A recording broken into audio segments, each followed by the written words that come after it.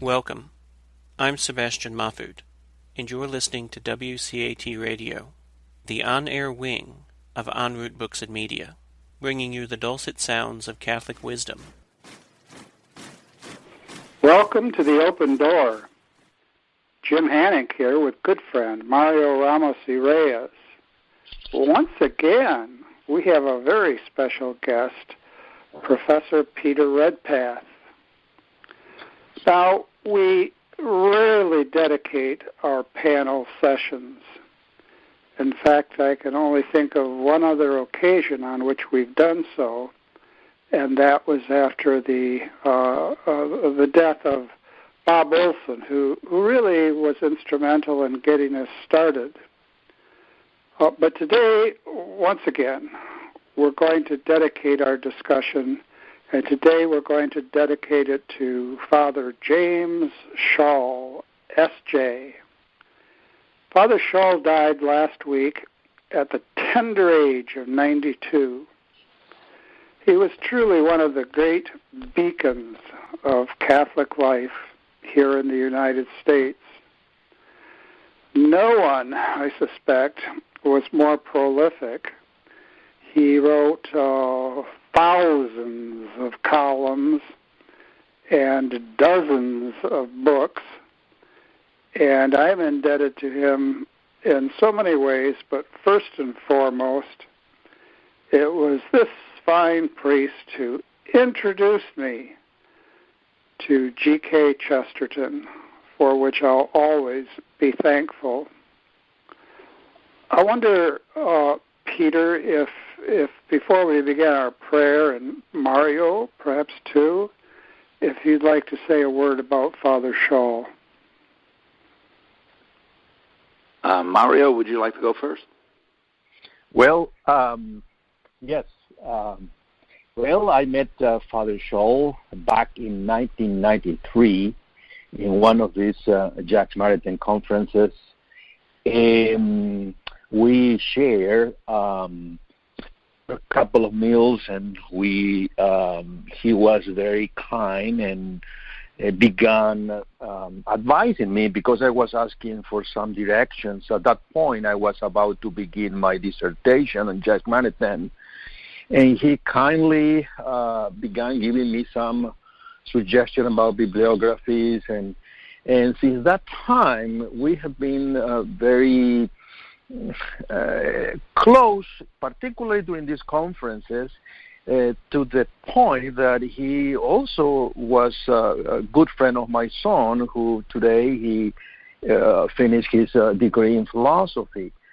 So I think he was more than a philosopher, even though he was a great one. I think he was a very good priest, and with extraordinary sensitivity for people and relate to people. And I was always struck by this kindness. So I think that was the best way to remember him.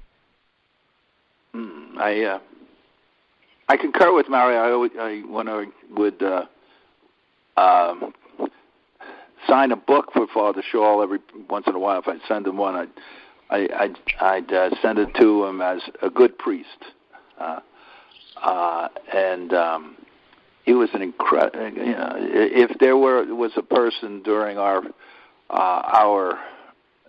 age of intellectual scholarly development here who was a saint, it's James V. Schall. He was absolutely incredible.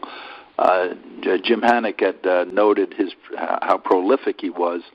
And as a writer, in the last interview he gave to Crux, this Crux Journal, interviewed by Catherine Jean Lopez, he said that since he started writing his first article in 1954, he compiled 150 pages of the list of publications of all different kinds, like Jim had described. I recall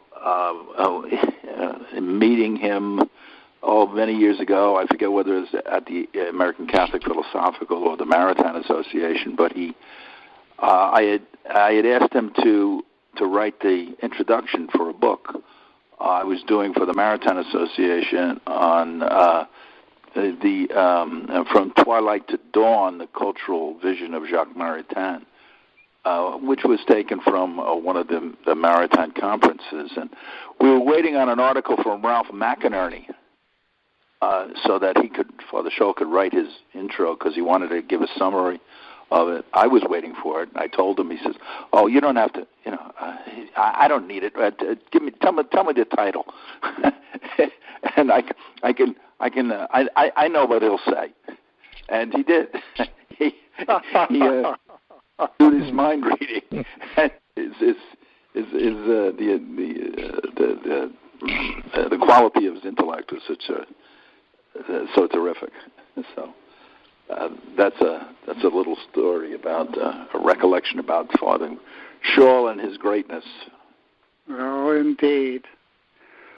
Well, let's begin, as always, with a prayer, and I'm sure that Father Scholl will be joining us in this prayer. Come, Holy Spirit.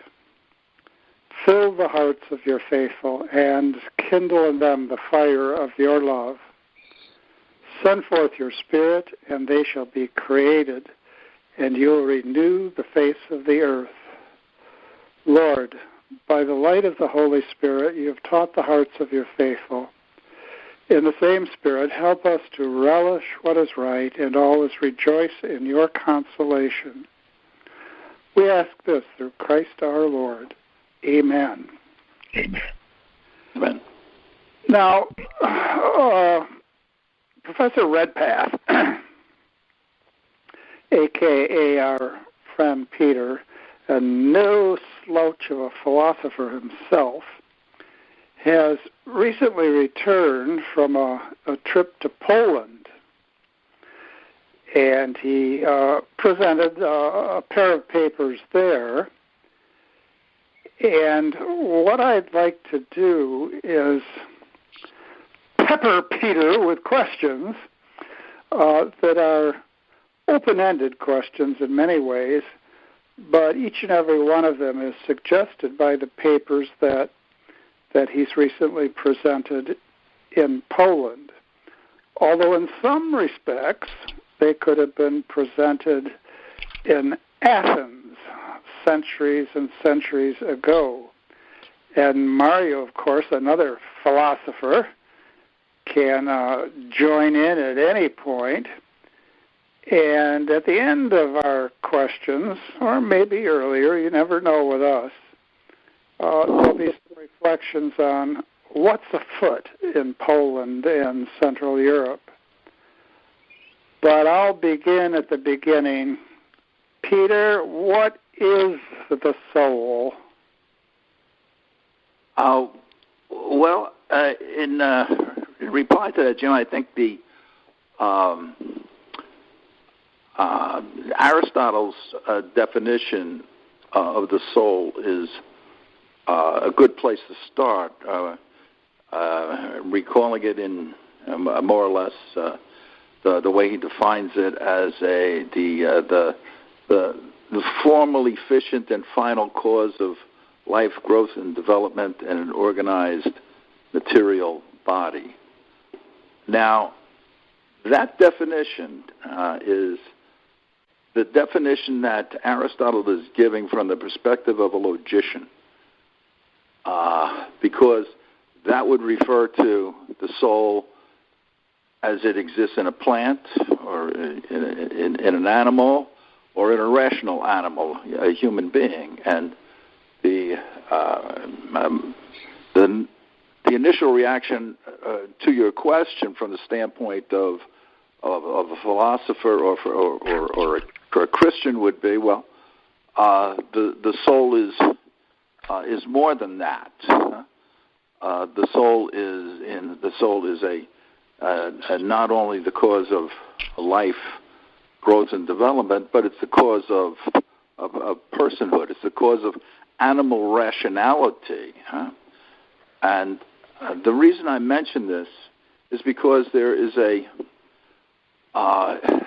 incredibly important passage in the teachings of St. Thomas, which is highly neglected by his students. I would say maybe 1% or less than 1% of the students of St. Thomas are aware of this passage from his Metaphysics, Book 5, Lecture 1122, where he talks about the nature of a genus.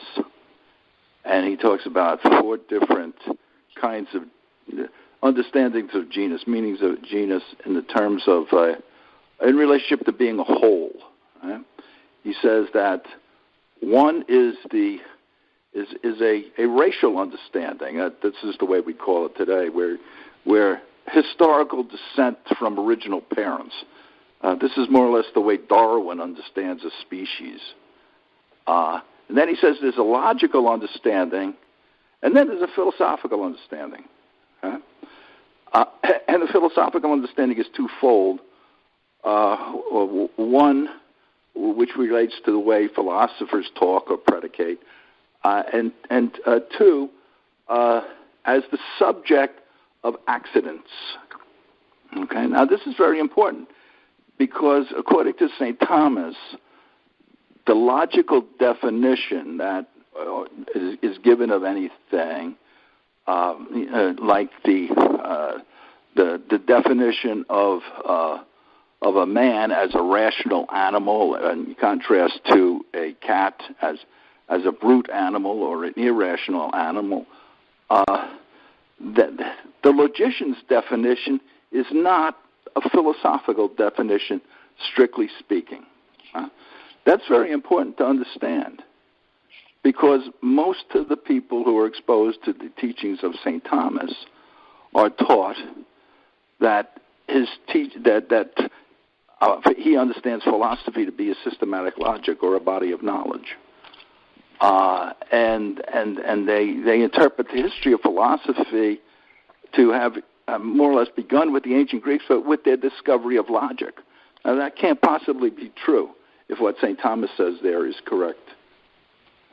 If the genus of the philosopher is really is a real organization, he gives the example of the surface, of geometrical surface, being the subject or substance for colors. Right? He says that's what the philosopher studies. The philosopher studies an organizational whole that generates a multitude of different accidents, proper accidents, ranging, for example, with respect to, he gives the example of figures and how a geometrical body can be triangular, or it can be rectangular, 3-sided, or 4-sided, or even circular, and with respect to species. So the philosopher is actually the genus the philosopher studies, which for St. Thomas is identical with the genus of science, is a really existing nature.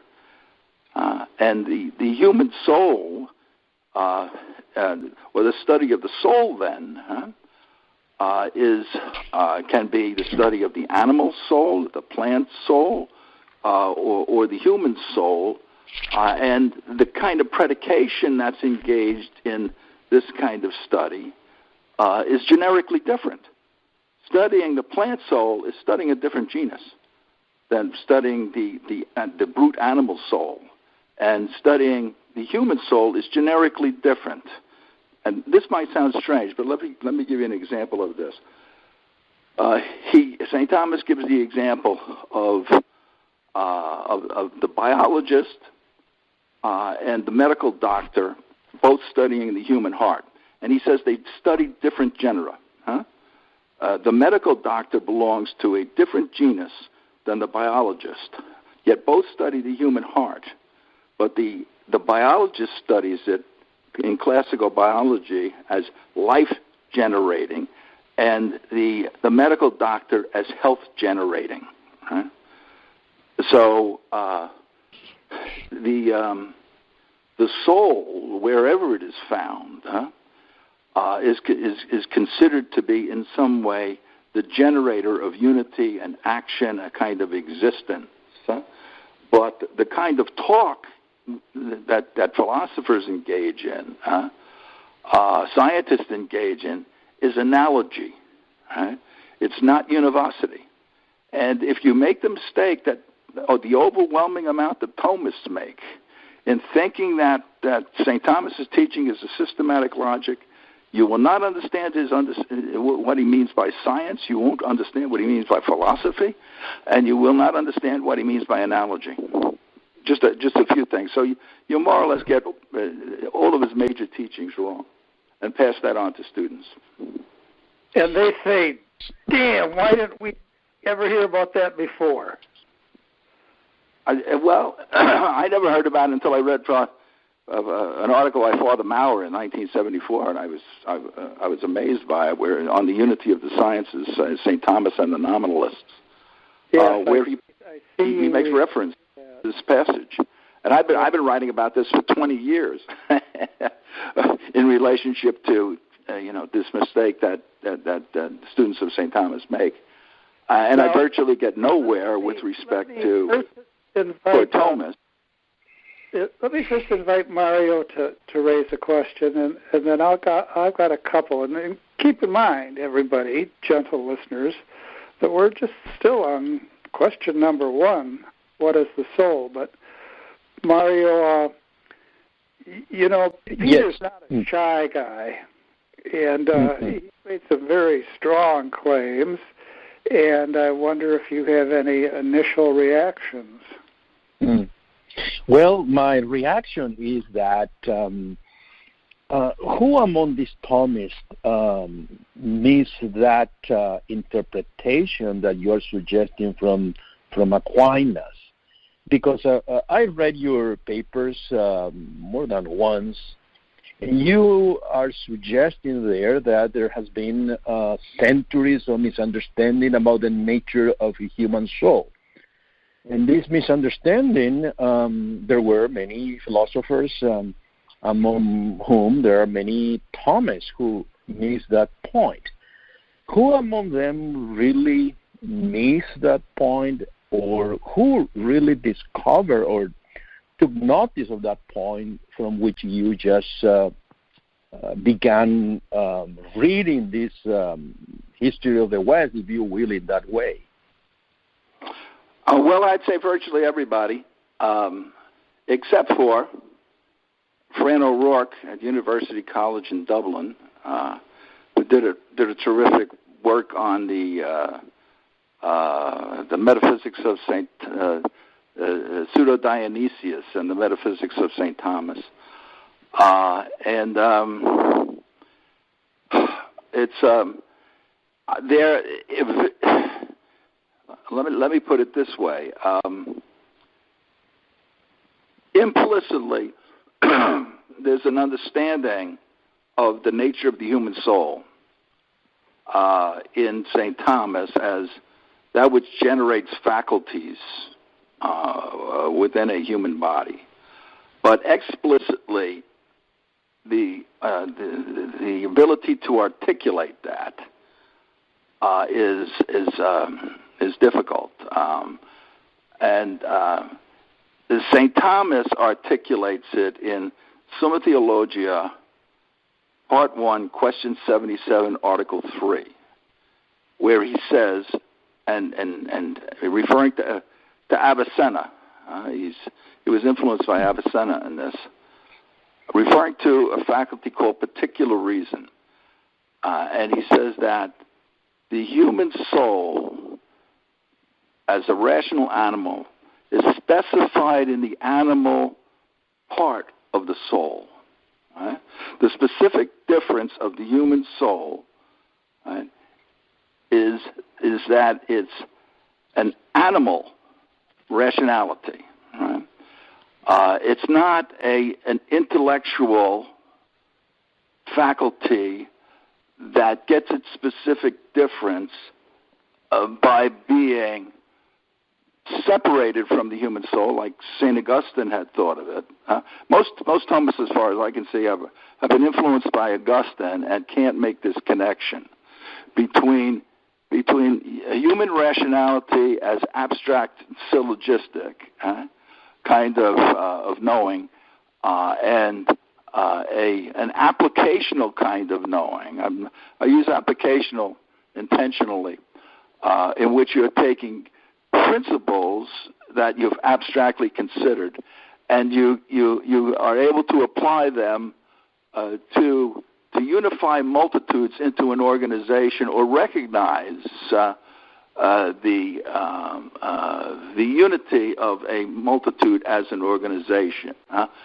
The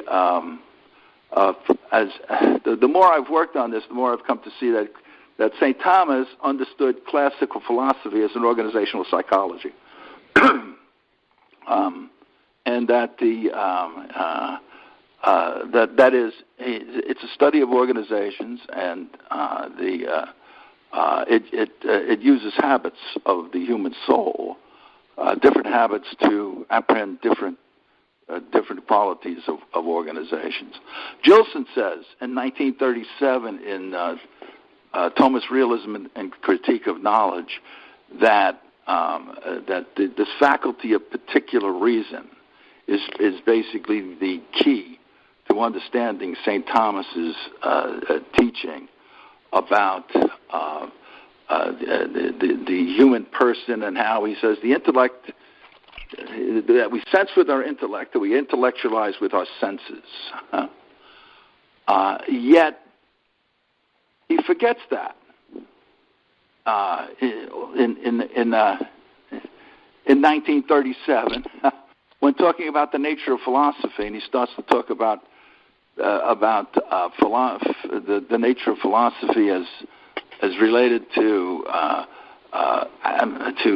abstract essences having a kind of relationship among themselves, so that once you express a certain teaching, the philosophy is a kind of a body of knowledge, takes on a life of its own.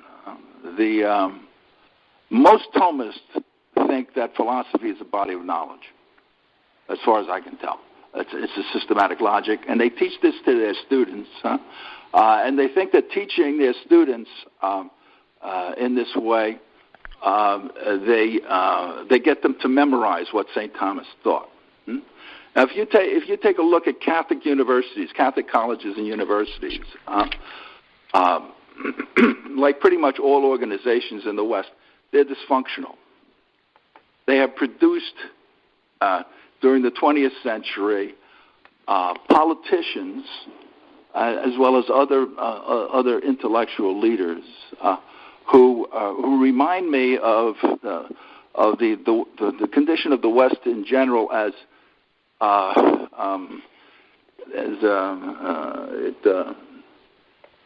Thomas Merton once described it in one of his works. I think it was Raison the Unspeakable. He said that America is outwardly orderly and inwardly psychopathic. Well, there's nothing to laugh about, Hanink. What did you do that for? This is the way I see most Catholic universities. Look at the politicians. Who are the chief people responsible for the culture of death that now exists in the United States? They're the graduates of largely Catholic, quote-unquote, Catholic universities, colleges and universities. And that's as a result of their misunderstanding of the nature of philosophy, where they thought that it's a systematic logic and where you never mix theological principles with philosophical principles. Because you're dealing, they think that philosophical principles are logical premises, right? So you can't have your theology influencing your philosophy. They're Averroists, and neo-Averroists. They have a doctrine of double truth. And the real truth, in the practical order, in the way they behave, has nothing to do with their theological truth, which is to them simply, speculative. It's really not a truth at all when you come down to it. But Mario, if you don't add now, I've got 5 things I want to present. Okay. But you better head me off at the pass. Thump, thump, thump, thump, thump. You're not heading me off at the pass, so should I start? Yes, go ahead. All right. This is a mixed bunch of questions. First of all, Peter, the original occasion on which I heard you speak many years ago, it was on why Descartes was not a philosopher. And I know what you're saying now. I didn't know what you were saying then. But I don't want to talk about Descartes. I want to talk about what I see as a kind of mellowing, believe it or not, in your work. I have noticed that you have, I think, more and more used the qualifier strictly speaking. Right. Am I right? Yes, you're right. All right. So that means that you're calling attention to categories which you think are absolutely correct and ignored, and they're so widely ignored that when people hear what you have to say, they're oftentimes shocked. So you say to them, strictly speaking. Okay, now, that's the first point I wanted to consider. The second point, I did not go to a Catholic university. I was taught by second-generation logical positivists at Michigan State, for the most part.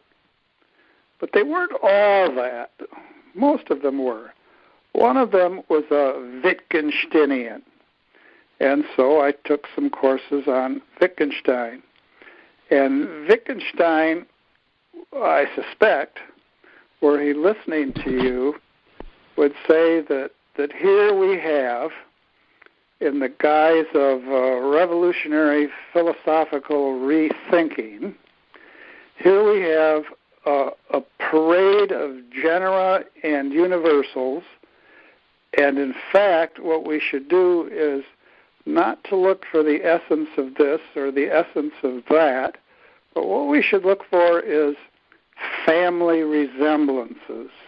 Family resemblances. And if we take, say, the history of evolutionary thought, well, we're going to find some very sprawling enterprise, and some ways of thinking, maybe they're not evolutionary ways of thinking at all, but some ways of thinking that are evolutionary ways of thinking are very different from other evolutionary ways of thinking, and rather than look for some sort of essential definition of evolution, we ought to look for overlapping characteristics of different evolutionary schemes. And fortiori, to speak logically and in Latin, when we look to the nature of philosophy, we're going to find all sorts of things that have presented themselves and have been oftentimes accepted as philosophy. But if we ask about the essence of philosophy, well, we're going to get a lot of sharp definitions, but they're going to rule out other ways of thinking that have come to be accepted as philosophical. So we ought to look at family resemblances among philosophers, and maybe even family resemblances among Thomists. Now, to such commentators as those, you might reply, sed contra, what? Well, first of all, underlying Wittgenstein's argument is an understanding of the human person. he's presuming that, in fact, I had an objection similar to this when I was over in Poland, where one of a person said, "Well, philosophy really is an approach, right? And it's an approach to resolving problems, or answering questions, and it's universal." And I would reply, "Well, strictly speaking, that's not true." I mean, well, I heard that. Strictly speaking, good for you. Continue, please. What's approaching? I mean, what family are you talking about? Angelic? Are you talking about brute? Right? Philosophy is a human activity. It's something that is engaged in by rational animals. We can't talk about anything in a way to make intellectual progress unless we belong to the same genus. And what Wittgenstein is saying is basically you got to belong to the same genus, and he's talking about this historically, right? Which in a way is true, right? That philosophy is a cultural enterprise, right? And it requires a specific psychology, or generic psychology, I should say, right? A cultural psychology which passes on from one generation to another a conviction about the human person, right? And that is passing on in a way a cultural psychology that involves cultural habits. The Western culture is peculiar with respect to the claim to have developed philosophy with the ancient Greeks, and that claim, and it's one of the reasons why I started to make this, make reference to strictly speaking, and the way I presented this information, or my case, is Aristotle says that the first of the virtues that human beings develop are productive and practical, and the last is speculative. Right? So if you understand philosophy, science as a speculative enterprise, if you remember Joseph Pieper's claim that leisure is the basis of culture. In a way, that's why we need more leisure, right? In a way, Pieper's right. In a way, he's wrong. If you consider what Aristotle says here, because culture is the basis of leisure first. Leisure is the basis of higher culture, but you have to do the grunt work with productive activity, and you have to have an awareness of the human person as having specific kinds of emotions that are universal to human beings in order to develop science, and in order to develop the sense of wonder that gave birth to the Greek understanding of philosophy. The cardinal moral virtues underlie all cultures and all organizations. And the reason for this is you have to have two qualities present in all human organizations in order for them to exist and in order for them to flourish. One is teamwork, and the other is progress, or prudence, I should say, which enables you to progress with respect to the teamwork. To the extent that, as Plato talks about in Book 1 of the Republic, that a band of thieves is totally unjust, they can't be effective. In order to be effective, to form a human organization, you require cooperation. Right? You require teamwork, right? And you require an understanding of when to apply that the activities in which you are applying, you're applying, and you have to have a hope for success. You have to have a psychology that is willing to do difficult deeds. You have to have hope. You have to have the concupiscible and the irascible emotions that St. Thomas winds up describing in detail. That sense wonder that can generate science and philosophy. St. Augustine is famous for saying that peace is tranquility born of order. Here again, like Pieper, I think Augustine has it backwards, because you can have an order, right, which is toxic in a way, repressive, right? And it's really not one that's productive of peace. Better to say that tranquility is the principle of order, right? Or tranquility. That order is born of tranquility, right? And the reason I point that out is because the human soul in a human being harmonizes. You know its existence. It exists to the extent that there's a harmonious operation at work in the different parts of the human body with respect to its health. And so the health of the body, to a certain extent, depends upon the health of the soul. There are souls that are more or less healthy. Okay, Peter, let me interject here, because you're talking about harmony and tranquility and what's necessary in terms of virtues to get past go someplace that we'd want to live.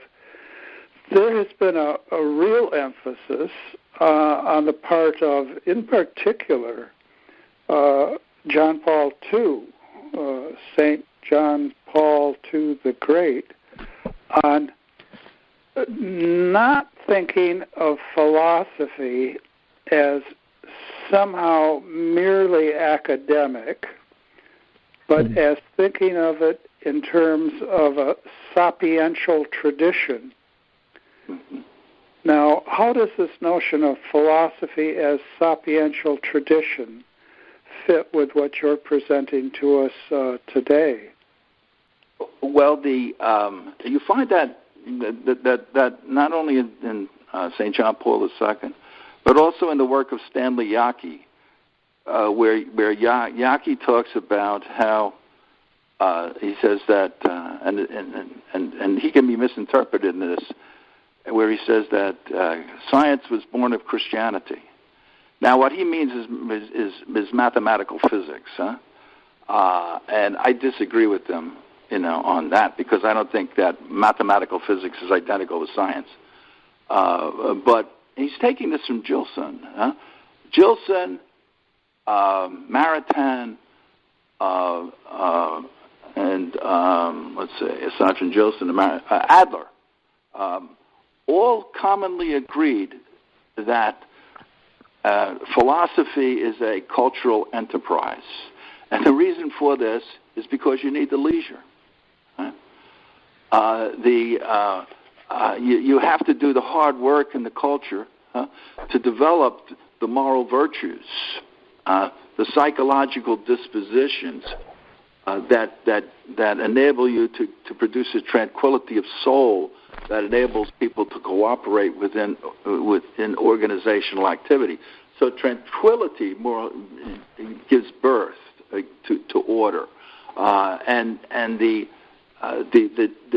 chief evidence of the health of an organization is the fact that there's a qualitative type of tranquility or harmony that's different in different organizations.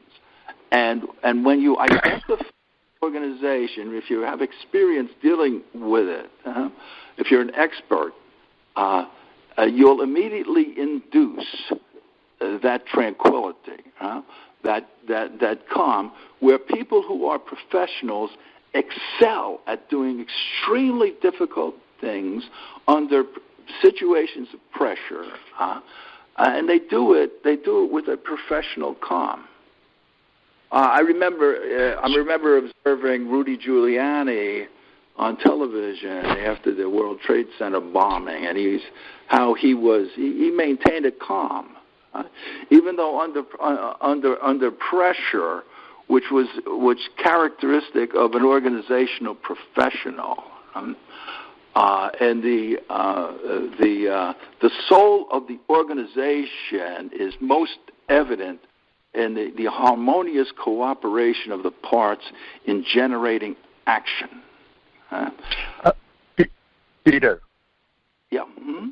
Peter, I have a practical question about your presentation. Just imagine that students want to listening to you. You want to have a very good understanding of your notion of the soul because he's looking for tranquility. He wants to be a witness in this society. And so he followed the logic or the consistency of your presentation by saying that, if you miss this notion of the soul, then you have this institution, even this Catholic institution, which are soulless, are completely empty, are fragmented, and things of that nature. And then you say, then this institution must be formed or depend on culture. Culture is the one who is proper to, with this notion of the soul, then they are going to generate a real Catholic institution. But then the student says, but culture itself, or you said culture itself depends on this notion of the soul. But the student said, but culture itself is completely gone, it's fragmented, is full of people who are claiming a kind of scientific naturalism, postmodernism. There is no way that I can find anyone, any institution where I can somehow be learn or be taught about this view, which is completely lost. It's completely lost even within the Catholic tradition. What would you say to this student? I would agree, for the most part, that you can't look to these institutions to find the principles to give you the solutions to these problems. To quote once again our friend Curtis Hancock, you can't look to. That's like looking to incendiaries to put out a forest fire. Okay. What do you do then? You have to rethink your starting points. If you're a baseball player and all of a sudden you're in a slump, okay? You have to go back to your first principles.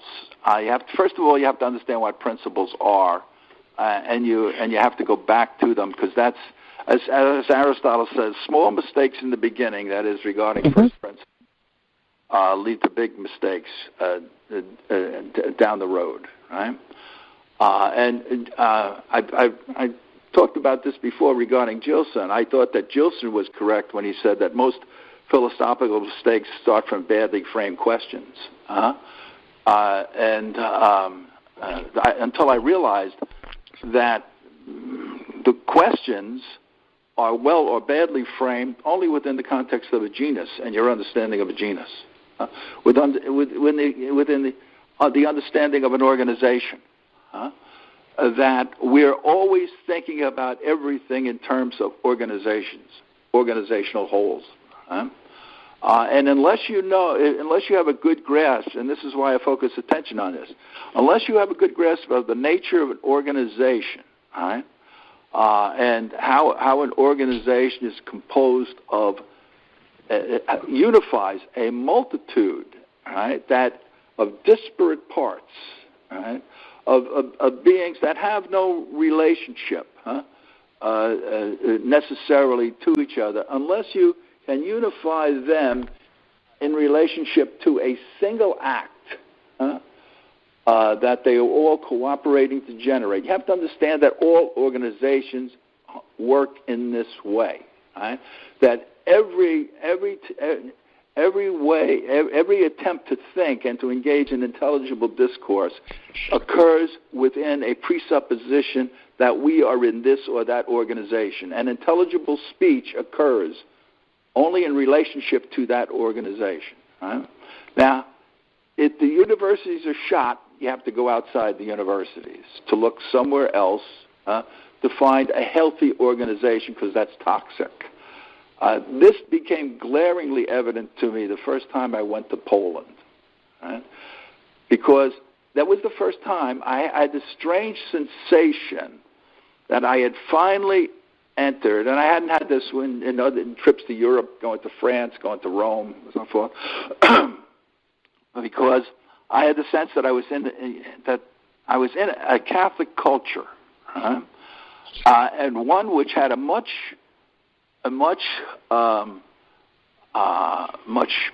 keener sense of being philosophical, right? That there was a public philosophy, right? Unless you first develop, like the ancient Greeks did, an understanding of a public conversation. This is why Adler started to emphasize this. He saw this problem,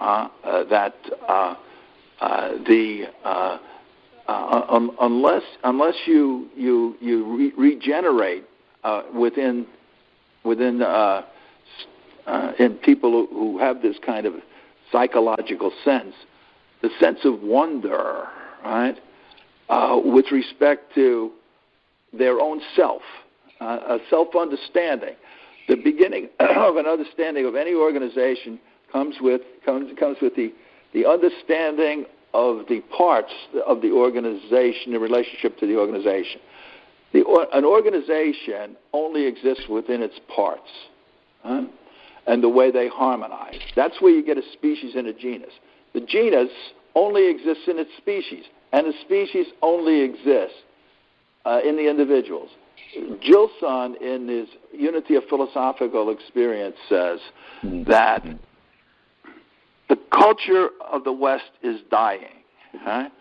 And we're aware of the fact that it's dying because it exists in us, right? That is, it exists in some people who are aware, of Western intellectual history to some extent, right? And there's this sensation of disorder, right? Of weakness, right? Of disease, of psychological disease, and it's present in all levels of leadership within our different organizations. So you can't. A couple thoughts here, Peter, and they're prompted by what you've been saying. The first thought prompted by the very last thing you were saying. People like Alistair McIntyre have pointed out to what extent we live in a therapeutic culture, and perhaps there's a real connection here between parts of the organization, persons who aren't parts in the most fundamental sense, but persons feeling a deep disorientation, and the organization can't resolve the disorientation. McIntyre also speaks of the bureaucratic nature of our culture, and so the person, individual person, is very open to the blandishments of an overly therapeutic culture. That's one thought, a connection. Another connection, it's very clear that your presentation, your thinking pivots on genus, species, and the interrelationship between the two, and the coherency of culture depending upon a grasp of the genus-species relationship. While I am by no means a Wittgensteinian, Wittgensteinian might very well say, we can translate a lot of what he's saying into the critical notion of a form of life. And insofar as Wittgenstein recognized first principles, he would recognize them in the context of a form of life. But then he comes to what I take to be a very critical problem of not really being able to tell us what a form of life is. And so you have a kind of a splintering of form of life into forms of life. Would this be a form of life? Would that be a form of life? Would somebody participating in this be participating in some other form of life as well? And I think that's, among other things, a logical problem for him. The last thought, you'd mentioned Giuliani and the calmness and the perhaps the gravitas that he exemplified in responding to 9/11. It would seem, does seem to many observers, that he's lost all of that, participating in a paradigm case of a dysfunctional organization. And one of the things that he develops with that dysfunctional organization is the loss of basic virtues such as truth-telling and prudence and the like. So just as the Christian has to worry about, the Baptist brethren among us would say, backsliding, and just as the Greeks used to say, no man is happy until he's dead, anybody struggling for organization and prudence and the virtues that go with it has to recognize, it seems to me, that this is a lifelong struggle. I don't know if you have any comments on those comments, or if perhaps Mario does.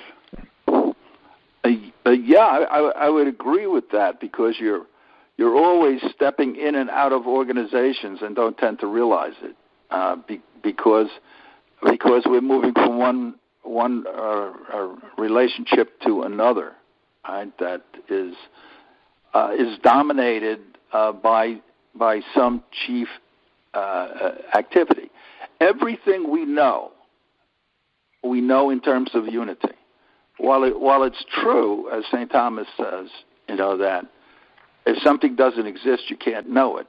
It's only to the extent that you can that you can place a limit on a multitude that we're able to know it. The first thing we know, according to St. Thomas, is not the first thing we sense. Right, is not a discrete individual. It's an organizational whole. It's a genus. He says we first sense something. Right?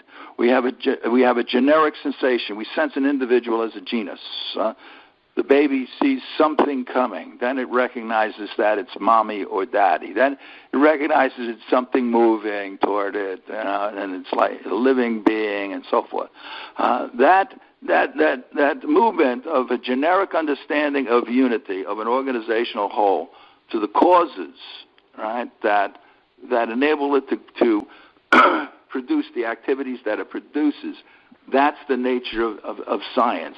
As Gilson says, the only, to paraphrase him, the only kind of unity that we have in this physical universe of ours is one of order or organ. I translate that into organization. And the only kind of way you can have an organization is to the extent that you have a multitude of unequally qualified beings, right, essentially related to, through a harmonious action, through a harmonious relationship, to generating a numerically one action. This is evidently known to human beings. Right? There is nothing that we know that we do not express in terms of a composite whole, giving some sort of a generic definition of it through its specific definition to even an individual definition. Right? All the proofs that we give for anything, philosophically or scientifically, always come down to engaging in conversation, right, and presenting arguments. The scientific proof consists in the connecting of different definitions to draw conclusions. And scientific induction is not logical induction of moving from a particular to a universal. It's seeing. It's this ability to intellectually to see the cause that generates unity within a multitude that generates action. Right? That's where it starts. Right? And induction plays a role in the grasping of first principles? Oh, sure. Maybe you could say a bit about that. Yeah, according to St. Thomas, they're either grasped per se nota or per aliud nota, through themselves, through knowing the terms, or through experience in productive and practical knowledge. This is why we Socrates, for example, asks Cephalus whether old age is a difficult time in life or not, because he wants to think philosophically about it, and he doesn't have the principles. Our first awareness of evidence doesn't come from our ability to distinguish abstract principles like, a triangle has three sides. It comes from practical and productive activity, which we haven't clearly distinguished from theoretical activity. Our first beginnings of scientific reasoning don't start with reasoning; they start with knowledge. They start with a generic understanding. Right? The principles of the Enlightenment have totally wrecked a modern culture by maintaining that somehow or other you have to prove by means of reasoning your first principles. That's absurd. Your evident first principle is that you're an organizational whole, right? That's aware of organizational wholes. The order of things, as Father Scholl says, right? The knower and the thing known belong to the same genus. On what there is. How often Father Scholl said that. Right. And what Father Scholl... We're down to 3 minutes. Mario wants to get in a thought or two, and then we need to close with our prayer. Well, I have a question I think is very broad, but what do you think, Peter, about the state of our liberal democracy? Do you think our liberal democracy has an intrinsic organizing principle which is identifiable, and that principle is leading us to a better or some kind of perfect or perfected organization operation? And I think that liberal democracy is essentially dysfunctional. It's based upon the notion that all human beings are equally stupid with respect to political activity, and so we have to form a general will, a collective will, that to which we subject our judgments as an enlightened will, right? And it doesn't take into consideration the differences of human nature, and that just rule depends upon the beings that are being ruled, and the way they can be ruled in order to produce peace and cooperation among them. What it tries to do is to fit this abstract yes, model, right, onto disparate organizations, cultural organizations, and in attempting to do it, it tends to produce chaos. I think that should be the topic of upcoming show, very definitely. Let me close with a reading from the Gospel according to Luke, one of the post-resurrection appearances of our Lord. The disciples of Jesus recounted what had taken place along the way and how they had come to recognize him in the breaking of bread. While they were still speaking about this, he stood in their midst and said to them, "Peace be with you." But they were startled and terrified and thought that they were seeing a ghost. Then he said to them, "Why are you troubled, and why do questions arise in your hearts? Look at my hands and my feet. That is I myself. Touch me and see, because a ghost does not have flesh and bones, as you can see I have." And as he said this, he showed them his hands and his feet. While they were still incredulous for joy and were amazed, he asked them, "Have you anything here to eat?"